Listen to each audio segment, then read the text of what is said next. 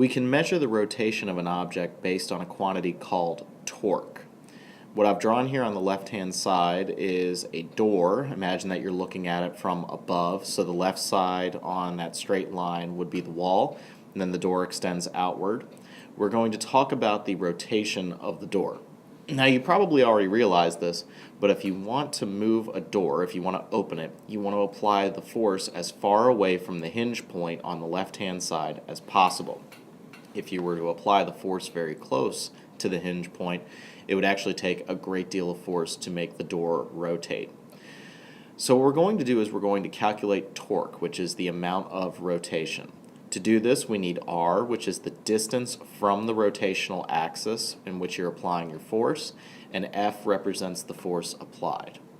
The torque equation, T, is equal to Rf times the sine of theta. Rf sine of theta.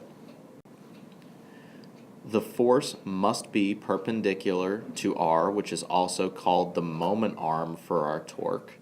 And in order to make sure that F is perpendicular to r, we always use the sine of theta. We'll actually see that in the next chapter. Typically, the direction of the torque is given in terms of clockwise or counterclockwise direction. If we're going around in a clockwise fashion, that's typically considered negative torque, while going around in an anti-clockwise direction is considered positive torque. Don't ask me why they decided to do this. I personally wouldn't have done it completely the other way, but that's the way it is given in your book. So a clockwise torque is typically considered negative, while a counterclockwise torque is considered positive. Here is a simple example of a torque problem. We're applying a force of 50 newtons to a moment arm R of 3 meters at an angle of 30 degrees.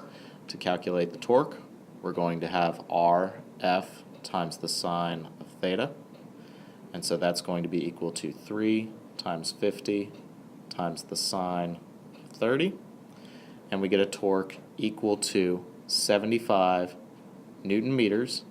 There's no special units on torque, it's just the moment arm m times the force, so we have Newton meters.